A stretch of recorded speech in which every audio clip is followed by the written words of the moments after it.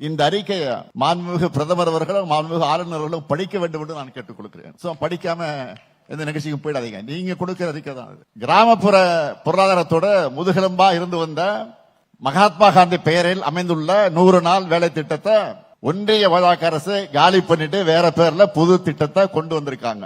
அவங்களுக்கு மகாத்மா காந்தியும் பிடிக்காது, மக்கள் நல்லா இருந்தாலும் பிடிக்காது. அதான் இப்படி பண்றாங்க. 50 நாள் எப்படி மேஜிக் மாதிரி 120 நாட்களாக உயரும். ஒன்றிய அரசு இந்த திட்டத்துக்கு 2.5 மடங்கு கூடுதல் நிதி அளிக்க தயாரா இருக்கா.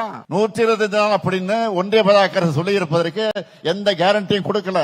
அது வெறும் மாயதான். சொல்றதா சொல்றீங்க. அது எதுக்கு வெறும் 125 நாள் நிறுத்திட்டீங்க? 120 நாளுக்கு பதிலாக 365 நாள் வேலை கூட புரடா விடலாம. அவருக்கே ஒரு நகைச்சுவை உணர்வோடு ஆழமான கேள்விகளை எழுப்பி இருக்கிறார். 100 நாள் வேலை திட்டம் என்று சொல்லக்கூடிய மகாத்மா காந்தி தேசிய வேலை ஒரு திட்டத்தில் தமிழ்நாட்டில் கடந்த ஆண்டு நாம் கணக்கு போட்டு பார்த்தா 65 லட்சம் குடும்பங்கள் பயனடைந்திருக்கிறாங்க.